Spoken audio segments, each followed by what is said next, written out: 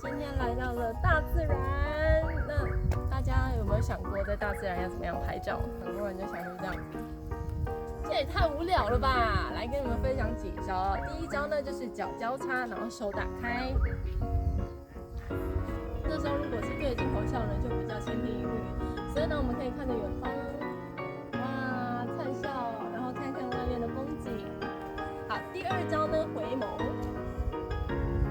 一样，脚交叉延伸，记得你的侧脸一定要露出来，这样才不会太累。第三招呢，我们可以假装走路，好，记得不要从头到尾都一直看着镜头，不然看起来呢就会很刻意。